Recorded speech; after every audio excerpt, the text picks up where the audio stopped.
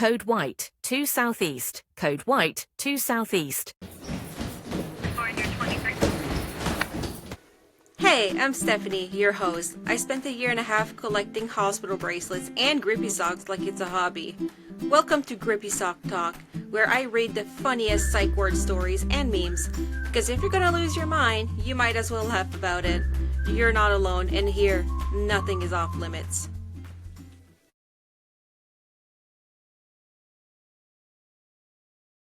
Hi guys, welcome back to Grippy Sock Talk. Today I have Tyler. Hi. And I have Christine from NOK Network. Hey. And if you want to go see her podcast, I think she does Sunday, right? Yep. So every Sunday at 9:30. It's 8:30 Eastern. I can't remember. 8:30 Eastern. Yeah. It's 8:30. I always say it's 9:30 Nova Scotia time because it's actually, we moved it to 8. We moved it to 8 o'clock, so it's 8 o'clock now. 9 o'clock my time, which is Nova Scotia time. AST, yeah. Yeah. And EST it's 8 o'clock. So yeah, but we also replay. So it's on the channel or like available on YouTube or whatever whenever people want to come on. And right. So you do it live and then you can still watch it. Yeah. On side. And yeah, today we have some more Reddit stories. So what I'm going to do is just share the screen. My guests here have no idea what I'm about to read. So this is kind of all new for them. So I'm just going to pull that up right now. All right. So this says, my mother worked in an asylum in Ireland when she was about 15. This was in the early 60s. She loved working there, despite the fact that some of the patients would physically try and kill her. One patient always stuck out to her. Every day he would tell his mom he was going to kill her when she finished work. She knew he loved music, so would tell him she was out dancing that night, and could he wait until the next day, which he agreed to. The next day he would forget what he had said and would threaten her again, and she'd say the same thing again. This went on for a couple of years that she worked there. So I don't know if I could work that job, honestly. So like, first of all, I was like, when I was reading this, I was like 15-year-old. I was like working in an asylum, but then I was like, oh, it's in the 60s. I guess everything's possible. But to be threatened every day, and she's like, no, I'm dancing tonight. Can you do it tomorrow? And him be, oh, okay. I have to say the first thing that come to mind is that I would threaten him back. Like you want to get fired for threatening patients to kill them and bury them in the backyard, but that's what I would do. I'd right. be like, oh, you're gonna kill me? No, I'm gonna kill you first. I'm the one that's feeding you. Sorry, that's what I would say, and then I get fired. I actually got fired for telling off somebody, customer needs once for pretty much the same thing. So I could see myself getting fired easily for lashing back. I couldn't work in the psych. Like, this person was genius to have figured this way out, right? Of not being, well, or hurt, because she knew him and, yeah, did that for years. Like, it's so crazy. And then, same thing the next day. Oh, well, yeah, she probably didn't. Well, I mean, he was in the asylum, and so she wouldn't find it to be an actual threat. Right. She probably found it to be a joke, but outside people looking in, it's just like, I don't know if I could do that every day and actually, look that person in the eye and not think they were going to kill me after telling me for 15 years they were going to. I don't know some of the other stories from previous shows. I would take some of the threats pretty seriously. Absolutely. I've seen some crazy, like, at the beginning of my video, it says code white 2 southeast. There's a reason why I put that there. Is because where I was, the psych ward was in the hospital 2 southeast. Code white means aggressive patient. And we did have an aggressive patient who I've discussed about CNC. Do you know what CNC is, Christine? So, I learned that in the States it's called one-on-one. But here, I guess it's called concentrated nursing care. So, like, you have the psych facility, and then you have CNC that are for aggressive patients. patient that's going to hurt themselves or others. So it's behind the nurse station. And they each have rooms. You can be locked in or not because there's only a toilet you have to go to. But if you're really aggressive, you're locked in there. So, where was I going with that? I know I was saying CNC. Oh yeah, there's a guy who completely broke out of CNC and was on the regular ward, like screaming and walking. We just heard code white 2 Southeast. Why are you running? So like the security guard from downstairs had to go up and grab him and bring him back. I was like, oh my God. Like, you don't know what people will do if they get out before they're properly medicated.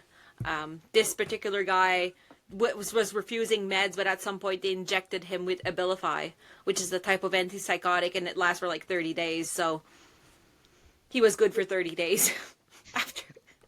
You know, but it's still like, you don't know. And I was just in a common room. The psychiatrist just closed the door and he was like screaming and walking. And I was like, please don't come in here.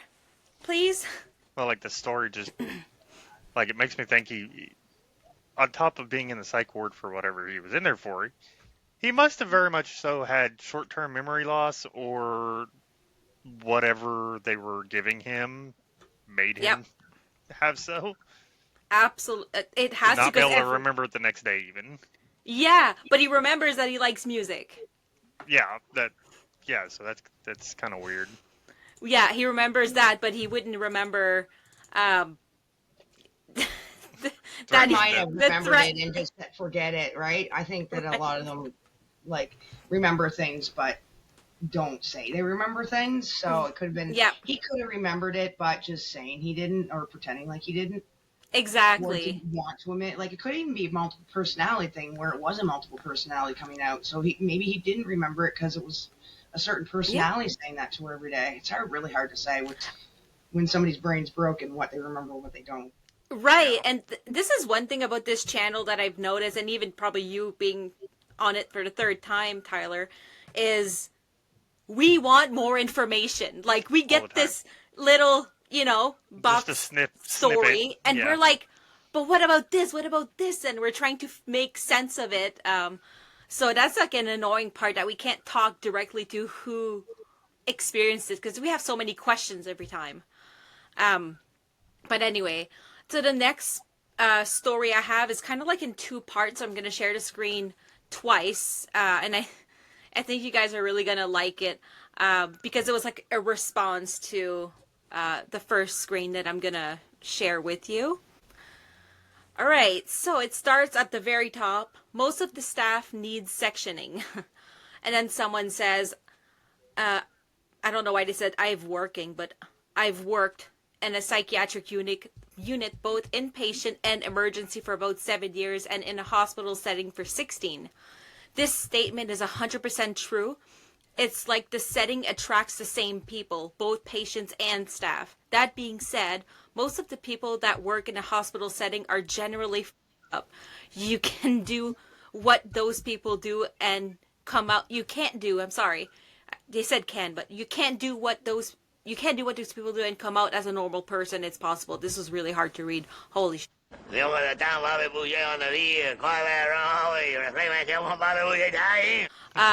So the next part, the response to that, you guys are gonna freaking die. Okay, so the response says, I just looked at your profile after reading your comment, and the fact that you're active in r/hardcore was like the least surprising ever to me, LMAO. So, like, this person that's working in healthcare and psych wards, like, yeah, you're right, we're all crazy, and this other random person decides to look at what they're following, and they're following the, r/hardcore.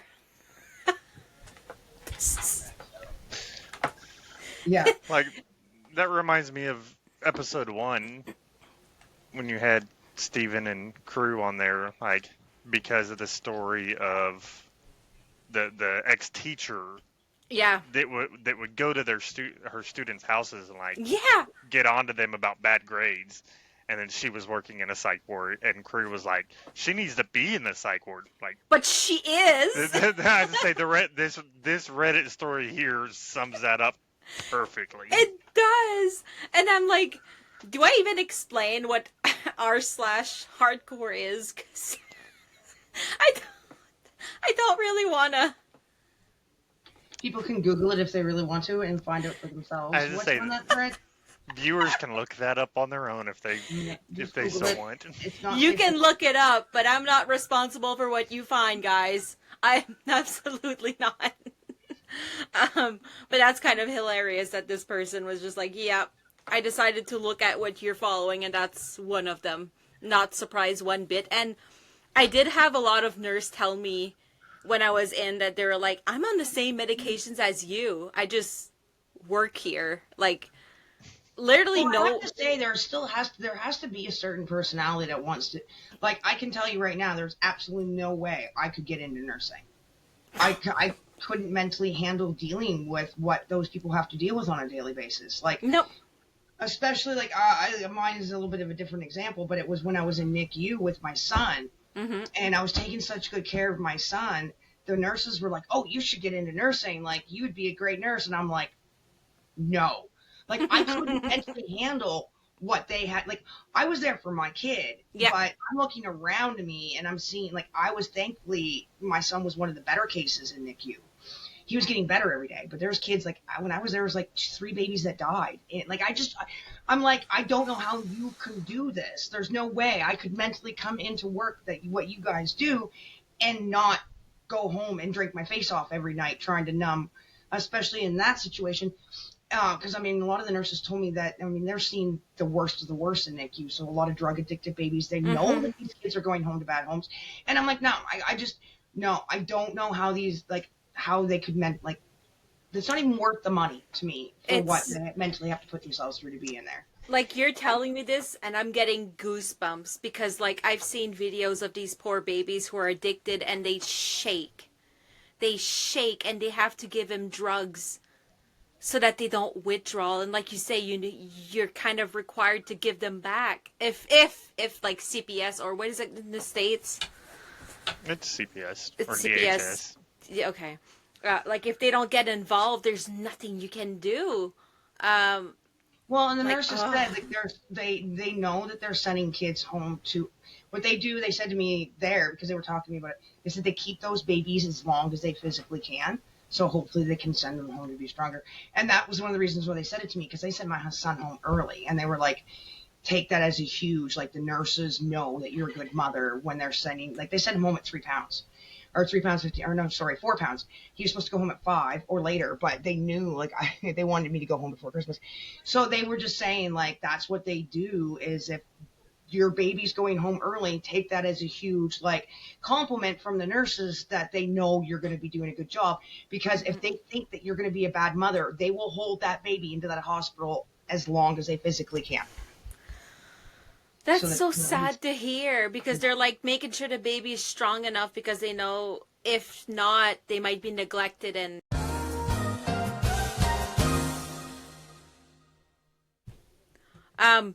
the third story is quite short, maybe not as relatable to you guys, but I guess I have the story to go with it, so I'll just pull it up here. It says, I had one that was about roommates. I had one where I woke up in the middle of the night and she was standing by my bed staring at me. I can actually relate to that one a little bit. Oh, you can? Okay. I did that to my mom one time, and I literally have scarred her. I don't know what she said. I woke up in the middle of the night, must have been sleepwalking, and she woke up to me staring at her like something from Exorcist. Who are you?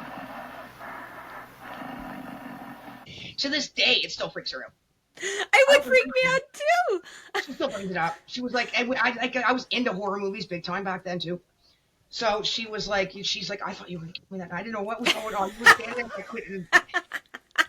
She was like, my eyes were wide open, but I wasn't like, I've never sleepwalked in my life except for this one night. And that's another reason why it freaks my mom out, because it's not like I did it often. Consistent. But I was like 14 or 15, and to this day, she still brings it up. I'm 45 years old.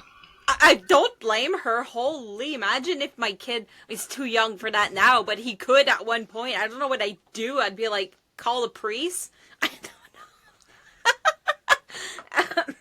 But well, and I don't know if you remember, but there's a scene from Exorcist where she's standing and she walks down to the middle of the party and then she pees. Mom said it was like literally from that scene, just minus the pee. So that's what's always freaked her out. Like, cause she was like, I don't know if you were possessed that night or what, but she goes, I wasn't taking the chance of getting out of bed. She like yelled at me to go back to bed. She's like, I wouldn't even get out of bed. I wasn't touching you. She goes, I thought you were possessed. That's freaking hilarious. I guess your story was much better than mine because, so what happened with me, so in the psych ward I was, you either had to share, you had to share rooms. It was either 2 beds or a ward where there's like 4 beds. And at one point, one of my roommates got transferred to another facility. So I was alone in my room and I was like, yes, I have the room all to myself. Yes, that's awesome. My own toilet, no snoring. So I was super pumped. So anyway, I go to bed, reading my book because you're not allowed to have your phone. And I sleep. And I wake up in the morning and there's someone in the bed. And I'm like,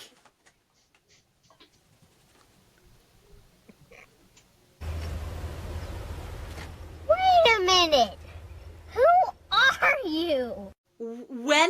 when did this person just join my room? So like I leave, she's still sleeping, and I go to the nurse's station. I'm like, Who's that? who is this? And they're like, oh, it was a late night like admission or something, and she just went to bed. It was like, I think she came in the room at like 2-3 in the morning or something, and I was like, can someone let me know next time so I don't wake up and like have a huge panic attack being like, who's that? The girl was very sweet. She was another military girl, not the one that I spoke about on the other, but she was a military girl, and she was the best roommate. She took my phone number, never reached out to me. I should have taken hers, Well, but maybe we'll see this. I hope She probably lost it because I'll tell you that there's so many times, especially back in the day when we didn't have cell phones, and I remember like getting people's numbers and then losing them and never being like that was back before we had Facebook and cell phones, right? And like I remember actually I moved from Alberta to Nova Scotia and took all my friends' phone numbers down and lost them, and I could never get a hold of them. And then Facebook come, and I was like, so happy because I could reconnect, and I did. Yeah. But she might have just lost your number innocently, and because I guarantee it was probably back, it was on a piece of paper, and exactly, yeah, because we didn't have access to our phone. It was like, but limited. If we did, it was to search for a number, and you have your phone, and the nurse are like watching you as you do whatever. Like they make sure you're not doing something you're not supposed to. But yeah, she was like the best roommate. And if she sees this, I hope she reaches out because she was amazing. She was so, the quiet one that was just there because like she was depressed. She just wanted to read her books. No snoring, no nothing. Just like quiet, peaceful. Best roommate ever.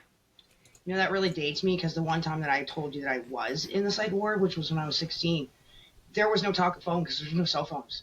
That's true. That's how old I am. Like, I remember being in the hospital and that wasn't a problem because nobody had cell phones back then. Except for like people that worked. Like my stepdad had one because he was a construction worker, but they weren't in everybody's hands. And it's just because I just remember like that wasn't even an issue when I was 15 or 16 when we were in there because nobody had them. Like there wasn't. Yeah, that's hilarious. Just how like so quickly that's something that. That was like a number one rule. You guys couldn't have phones. We didn't even talk about that because nobody even had them. No one cared about it because it wasn't popular. It wasn't a thing. And now it sucks when you go in a ward and they're like, they expect you to give a phone. You can't sneak it in. They're like, give it. And then if we go on passes, like a day pass or a weekend pass, then they give us our phone. And then when we go back, they're like, give us their phone. And I think it's more for privacy, so we don't take videos of people. We don't take pictures of people. That it's already been proven that being on your phone isn't like good for your mental state anyway. So you're Yeah. never better. So being on your phone isn't going to help you whatsoever. Yeah. It does. It probably wouldn't, because we wouldn't go socialize. We'd be in our rooms, just Being we'd how be on most our- people are on the outside. exactly. Yeah, exactly. But yeah, but that was just my little stories, is waking up to someone random, and I did not expect that, and I kind of freaked out because I was like, who is this? And when did this happen? All right, so I'll pull up the fort story that I have. I'm gonna get. I most definitely woke up and rolled over, and my daughter just be standing above me, and I'm like, Hi. What? What do you want? What do you? Just I have to tell you a really quick one. scare that the is funny bejesus out of me. Yep. about that. When my son was 2, we moved into a new apartment, and it had a door between his room and mine. And the very first night, he got out of his bed and went to crawl up onto mine, and I was dead asleep.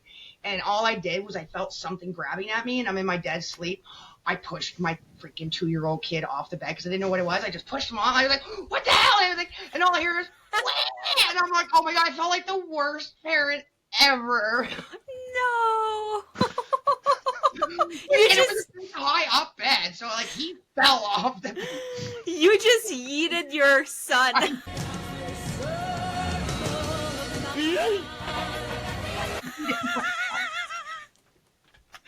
It was so bad. I felt so. But you're not the only And one. you never No, even not remember even it. He's close. just standing there laughing at me because he never knew I yeeted him off the bed until now. But you're not the only one who's done that. My son still sleeps in a crib, so I Yeah, hope that's I what I don't. mean. Like, I was never used to it. That was like him first toddler bed, so I was dead asleep, new apartment, Yeah, right? yep. And not used to him being able to get out of his bed, and I just felt something grabbing at me in my dark sleep. And I was, That would in the bed. freak me In the out. Yeah. I think that would probably be a normal reaction for most Yes. Oh yeah, I did, but it was just like I said. I spent weeks just completely mortified. It's just You remember. the how do you call that? The parent.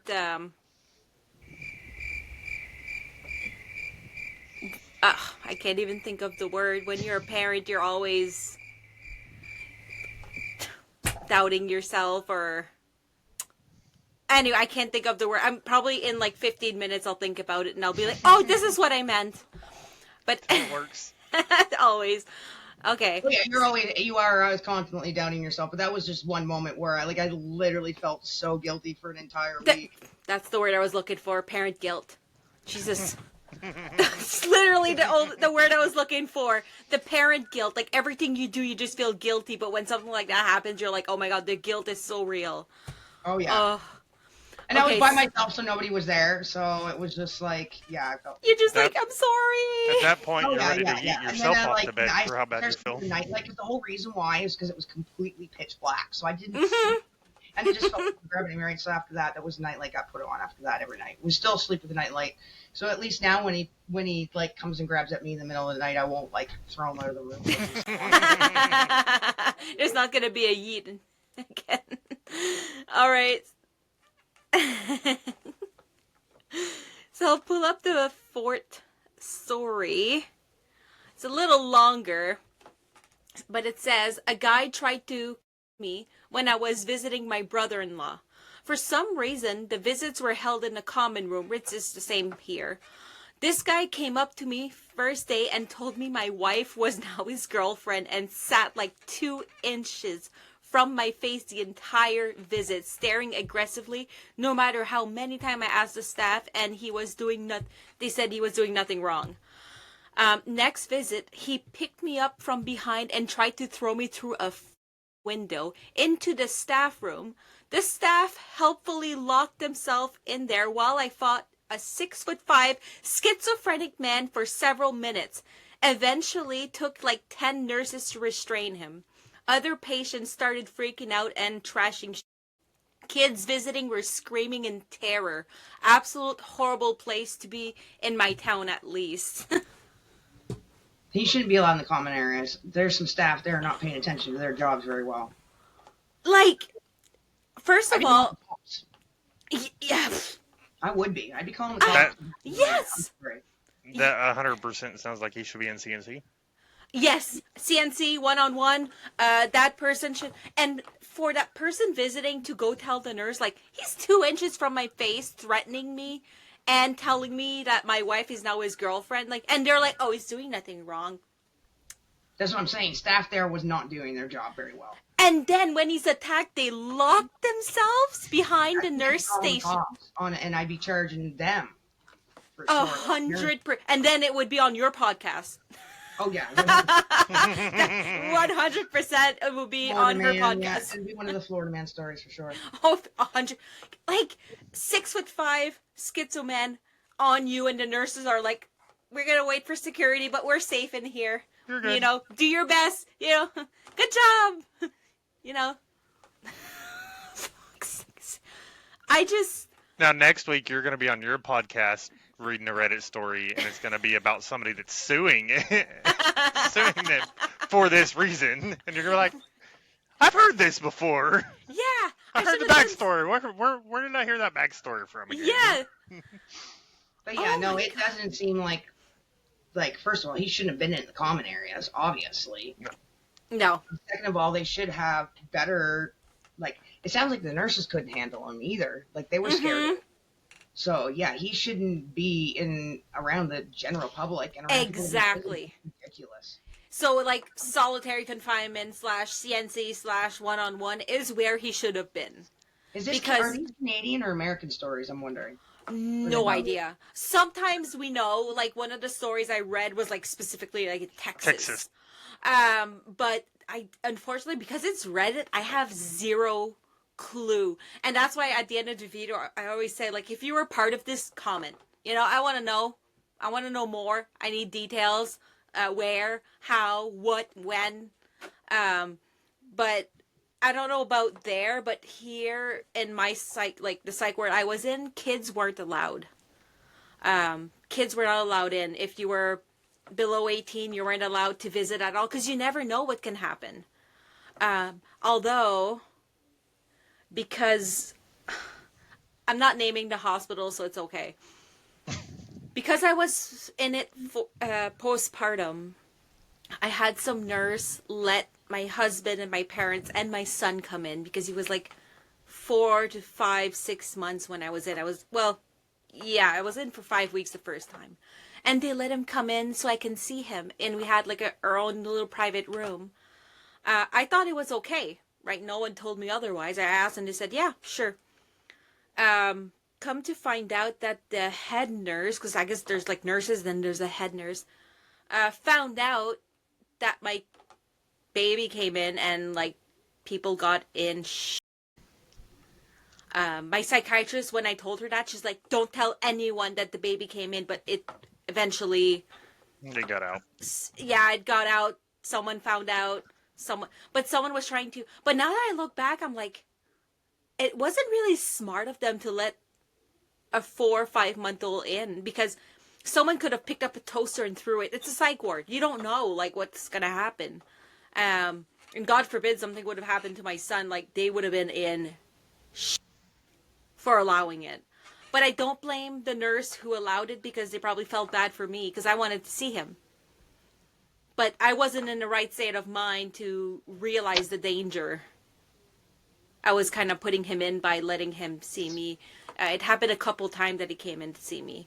So, but yeah, here we're not allowed to have any kids at all, and I learned it that way. But that's something else. No, if someone's aggressive, they should be put in CNC. And for us, like, it sucked because they use CNC as a punishment. Not only for, like, aggressive / people, but they would also use it as a punishment. So there was a girl who was put in because she was rude with the nurses. Okay? And because she was rude with the nurses, they said, oh, we're gonna take your privilege to go for a smoke for a week or something. Because we were allowed to go for a smoke between certain times, for 20 minutes. So when it was time to go for a smoke, she snuck out with the rest of the people, just like, you know, snuck out, went for a smoke, came back. But when she came back and she tried to sneak back in, they noticed her. And because she did that, they put her in CNC. And I think that was not fair because, like, yes, she left and she wasn't supposed to, but the reason is because she was rude. But anyway, they kind of have all the control and there's not really much we can do, right?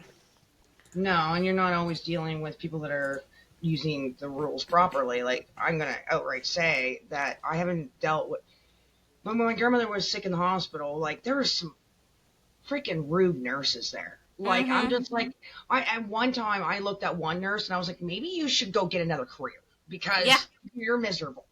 Like, go work at McDonald's or something. Like, you know what I mean? Like, so, you know, I could see, you know, people in that position using that, to, you know what I mean? Just be rude. Yeah. Just have that control when it's not really doing the patient any benefit. Exactly. And there's a couple nurses that they were okay, but they followed the rule by the book. And I get it. It's their job. But it was too much. Like, it was... One nurse would tell me it's okay. Depending who was in charge of me that day would dictate how my day would go. Because one was more lenient. She trusted me more. She knew who I was. And they all knew who I was. I was there for 5 weeks. So, and then... Another time, it's another nurse, and it's like, you can't do this, you can't do that. And I'm like, it was so inconsistent, and I hated it. Like, they should be more lenient towards the patients who are more stable or getting, you know what I mean? Like, you build a relationship, you get to know them. But some of them were just so strict on their rules. Like, all I wanted to do, I went on a pass, and I brought back my teddy bear that I've slept with all my life, and I still sleep with my teddy bear. And they're like, oh, you can't have that. And I was like, it's a fucking bear. Let me sleep with it. They're like, no, you could have put drugs in there. And I'm like, put it in the washer. Because there's a washer and dryer. Like, I don't care. Like, bring it. And they would not allow me. Then another nurse was like, oh, it could be bed bugs or stuff like that. And I'm like, I bring my own clothes. What do you mean it could be? Like, it was different excuses for different things. Anyway, I ended up having a meltdown because I couldn't have my teddy bear. Which is, I was in the psych ward, so had a meltdown because I couldn't sleep with my teddy bear. But all the times before that, I was allowed to. Until that one nurse was like, nope, you can't. So, really sucked that. The problem being, I'll tell you, I think the problem being is a lot of these nurses are not trained they're just trained medically. They're not trained to deal with mental patients, and they should, if they have the nurses in there, they should have the skills to know how to deal with somebody with mental issues, and they're not being taught that. They're just being taught how to be nurses. Yeah, and empathy. Guys, without the proper skill sets, without the proper way of dealing with you, because I can tell you right now that dealing with a regular human being and dealing with somebody with mental issues is two different things. And unless you're trained and educated on how to deal with somebody that has a mental disorder, you're most likely triggering them and making them worse by how you're treating them. But that's what happened to me with my teddy bear. Yeah, I got into a huge meltdown crying. I was like, I just want to sleep. Like, this is my only comfort. And they completely took it away. No, we can't. And I'm like, I don't have drugs. They're not trained. They're just doing medical, right? Like, I'm not making excuses. Yeah. But they should be trained on how to deal with somebody with a mental disorder, not just how to deal with people. Like, because that's not normal for a normal person. You can take a teddy bear from them, but you were there for mental reasons, which means you're not, you need to be dealt with in a different manner. Yes. And then I'm learning that because I have one son with ADHD and serious mental issues, and I have one son that's normal. And I'm realizing that the way I discipline my normal son has got to be completely different than the way I discipline my mentally, and not trigger his issues. Right? Yes. Like, and I still discipline him, but I do it in a way that I'm not triggering him. Yeah. But those nurses aren't getting that education. They're not. They're just nurses. Yep. And it really should be a specialization that if you're going to be dealing with mentally ill people, that you take a specialized course on how to deal with people with mental issues, straight up. Like, empathy is so important in that field. So important, because something that someone wouldn't cry over, someone in there will, So they need to learn a bit of empathy, but the nurse nurses often have what they call compassion fatigue. Any department, they call it compassion fatigue because they see it so much that they're just like, it's just another meltdown, like whatever. But they don't realize that for us, it's a lot. But for them, it's just another day, and then they get to clock out and go home. But I'm stuck there, so that part kind of sucked. All right, the next one is probably one of the funniest of the night. So it says, I saw a schizophrenic woman break into the room of a man with catatonia. I don't know if I'm saying it right, but I know what it is. But she gave him a BJ, and apparently it was enough to get him out of his psychosis. And then some reply says, last night a BJ saved my life. I can say I woke up plenty of dudes with a BJ, so that doesn't surprise me. But like being, how do you say that? Because I'm French, right? Catatonic. Yeah, catatonic. It's basically you're there, but you're not. Like you talk to them. You don't respond. You don't respond. Like you don't look into the person's eye. You don't talk. You're just like you know. For people who don't know, that's what it means. But a BJ got them out of their psychosis. I would be putting that on my resume. That would be brag worthy. I'm saying you got a man out of Catatonia. She's gonna have some skills, man. Oh. to take him out. So like people who had that in the ward when I was in, they had ECT. Do you know what that is? Electroconvulsion therapy. So they put you under anesthesia and induce a seizure to get you, I don't know what the medical thing is, but they give you a seizure that's controlled under a certain amount of time, and then the more you do it, the more you get back to yourself. She must have given him a seizure by giving him... See, apparently they're doing it all wrong, and they just need to hire this girl.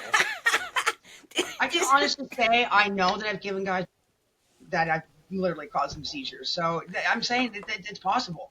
They need to research this. They need to recruit SARS.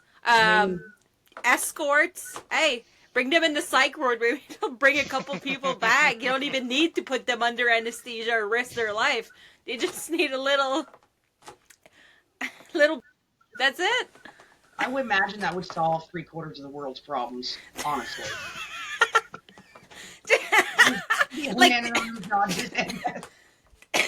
Doctor, did a really good job, there would be a lot less wars. I would imagine.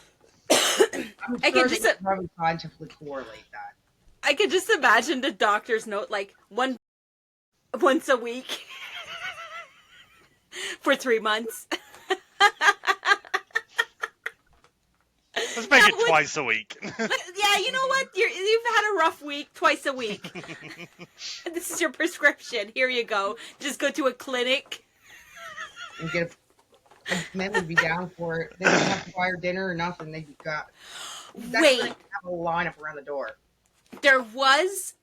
Oh, I'm gonna have to find it and put it in this video. But I did see something about old practice, where when a woman was depressed, anxious back in the days, I can't even tell you the time, the century or whatever. I'll have to find it and put it in here. But the doctor would literally give them a pelvic massage. In the late 1800s and early 1900s, pelvic massage was a medical practice used to treat what was then termed female hysteria, a condition believed to stem from a variety of symptoms including anxiety, mood swings and depression. This involved clitoral stimulation, sometimes with early electronic vibrators, to induce what was referred to as a hysterical paroxysm or orgasm. These practices were rooted in the belief that such stimulation could relieve the symptoms of hysteria. They were prescribed dildos, too. They were prescribed dildos by the doctors. And they were given pelvic massage. And then they would reach the orgasm, and then they would feel better. So that was the thing. Never gave them orgasms. That's probably the only time they had 4 women ever experienced one. The doctor knew exactly what to do. Yeah, that doesn't shock me because back then husbands were pretty greedy in bed. And like I said, that's probably when the poor women, the only time they ever did orgasm was they go to the doctor. That's true. But there's another thing is they used to prescribe, I think it was for headaches. They used to prescribe, like, or tell them to give them dildos and tell them to get an orgasm to get rid of their headache. What were you going to say, Tyler? There was a joke, of course, being from the States, it's even funnier because, like, we don't have free healthcare. But there was a joke years ago that I heard when Obamacare came out. And guy was doing some kind of news interview or something at a hospital. And he was walking through and he looked over and said he saw this guy just wanking it. And he's like, what the hell? And he's like, oh, he's got something that he's got his testicles grow extremely fast due to semen count, and he's got to so many times a day.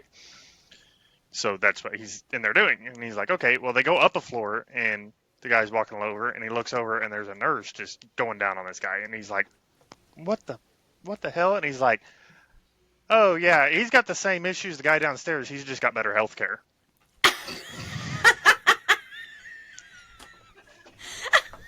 I think I've heard of this joke.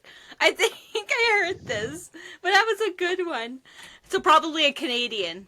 Yeah. The first guy, American. Second guy, Canadian. With our free healthcare. But you know what? Like, as much as we're joking, I literally think there's something behind this. Like, there could be... Maybe scientists need to look into this. Just saying. Oh, there 100% is. I almost guarantee it. The endorphins that are released when during a release. Yep. can Either be woman some or crazy man. things. Yep. Yeah. Both. It's said to increase your mental health if you do that. Not every day, but I would say frequently. I don't know. So the last thing I'm going to share is a meme. I like to just finish my video with a meme related to Psych ward. When the airlock door opens. And I know this meme refers to us trying to escape. Okay? Very aware that it's trying to laugh at people to escape, but that was me when we were allowed to go for smokes. Okay, because when you wake up, I can't remember the specific hours, but I believe between 7 and 8, you're allowed to go once for 20 minutes. And then during lunch, so between 11:45 to 12:45, you're allowed to go once for 20 minutes. And then between 4 and 8, every hour you could go out for 20 minutes. So, as a cigarette smoker myself, I do not recommend that. But I started when I was young and dumb. When it was time, and we're like, unlock the door. We had to go to the nurse's station. They held our cigarettes in bags with their names on it and lighters. And they're like, here's your lighter, here's your smoke. Then they open the door and we're all like... I don't think you have any idea how fast I really am. I'm fast as boy. Running to go get our smoke. And same thing for vape. They would keep the vape behind the nurse's station. And we just all run. And then you only have 20 minutes. And we're on the second story, so we have to go down the elevator. We're not allowed to smoke on property. So we have to go far enough off the hospital property. There's a specific place we could go and smoke there. And then come back for all in 20 minutes. So we were running. We needed our nicotine. By the time you got over there... Can't breathe. You're almost like, why do I smoke? Why do I do this to myself? I wasn't in the ward, but I was in the maternity ward at the IWK, and you weren't kept in there. But I had stitches across my stomach. I wasn't supposed to be going outside. And I kept sneaking out for cigarettes, and I was rolling myself out with the freaking wheelchair. And the nurse drove the nurses nuts because I'm supposed to be in bed healing. Yep. And they were like, giving me Ativan to try to put me in bed, and I'd be like, and it wouldn't work. Like it wasn't working on me. And I'm literally like sneaking out behind the nurse's desk and with my wheelchair, trying to like sneak out for smokes because they can't keep you in. But I was like not recommended to be out there smoking because I just literally had a baby cut out of me, like even 12 hours previous. And like I quit smoking by my high pregnancy. Me too. That whole incident freaking was stressing me out. So I was like, like I said, literally sneaking out behind the nurse. And the nurses were so pissed at me. Yeah, I remember you telling me that story, and I laughed so much because I was feeling too much like at the hospital. I lost so much blood. I was on iron infusion, but when my son got discharged before me, he had NICU time, and he got discharged before I did, and I was like, let me go home, let me go home, let me go home, let me go home. I just want to lay in my bed. Got home, first thing I do, I look at my husband, and I'm like, give me a smoke. He's like, yeah. I'm like, yep, give me a smoke. I just gave birth. I stopped smoking for 8.5 months. I want to smoke. And then I started smoking I actually had to walk. So I was there. It's 12 o'clock at night, and I'm in my hospital gown, and I'm like craving to smoke hard. I can't go see my kid. And I sneak out, and I'm literally doing what they call the mommy shuffle, which is when you can't lift your feet because you have a C-section. Down the back of behind the IWK at December in winter, going to get a pack of smokes in my hospital gown because I was just like, I couldn't sit. I'm sitting there. I'm not allowed to hold my kid because he's in that incubator. Yeah. And I didn't want to lay in bed. So I like snuck out, and I'm like literally mommy shuffling to the convenience store to go get my smokes. They thought I was crazy. Like they looked and they're like, shouldn't you be in the hospital? I'm like, yeah, I'll go back. Yeah, I'm going. Like they must have thought you were in a psych. Give him the cigarettes and I'll head back. I'm just getting my smokes. I promise I'm going back, okay? But props to all the C-section moms out there. You guys are strong. I can say that. Well, I mean, a lot of people diss people for C-sections and say it's an easy thing. Well, in my situation, I didn't have a given choice. My son was dying inside of me, so there wasn't a choice at my point of doing a natural birth. He literally was suffocating inside of me. So, and anybody that says that C-section is the easy way, it's not. It's the other way around. It's easier. It's faster at the time, but then you're dealing with 4 weeks of healing afterwards. Exactly. Like, there's a lot of pain with natural birth, but you're not dealing 4 weeks of having staples in your stomach, right? So I had epidural. I felt nothing. Nothing. They told me, oh, even with epidural, you're going to feel the ring of fire. That's when the head is right there. I felt nothing. Nothing. Not even the stitches. The doctor was numbing me just in case. And I didn't even know she was doing it. She's like, wow, your epidural is really on point. And I was like, what? I was like, she's like, I'm just numbing you. She's like, choo, choo, choo. And my husband was explaining it to me and then just sewing me for like 30 minutes. And I'm just like, okay. I didn't feel anything. It went downhill after that because I lost so much blood. That was crazy. But, no. We were discharged like 28, 30 hours after she was born. wow, that's quick. Like That's quick. She was born on Monday and we were home Tuesday afternoon. Wow. Easy birth then for mom. Then. And then it was natural, but it was so funny because at one point, like, so I'm on one side, my daughter's aunt is on the other side of her mom.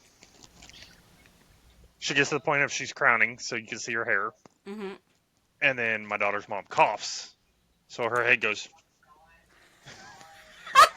Me, the sister, the nurse. There was a bunch of people in the room. Everybody died laughing. I would too. And my daughter's mom's like, what? And I was like, so then I had to explain it to her. And so then I explained it to her. So she started laughing. And my daughter's been... I was like, stop. Stop laughing. Stop. Like, Did you see the video of the ultrasound where the mom laughed? Like the baby's all relaxed and then she starts laughing and the baby's like...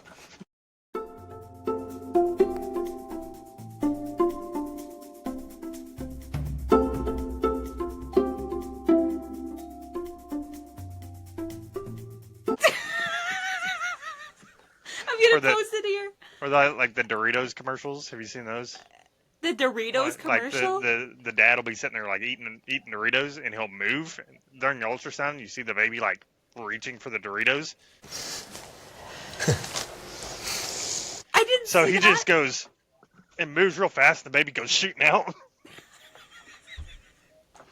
Oh my god. Well, I wanted to thank you so much for coming in for the 4th episode, Tyler and Christine. Don't forget to check the NOK network. I will put the link on any video that you see Christine in to go have a look at her videos and others. There's a lot of podcaster on the NOK network.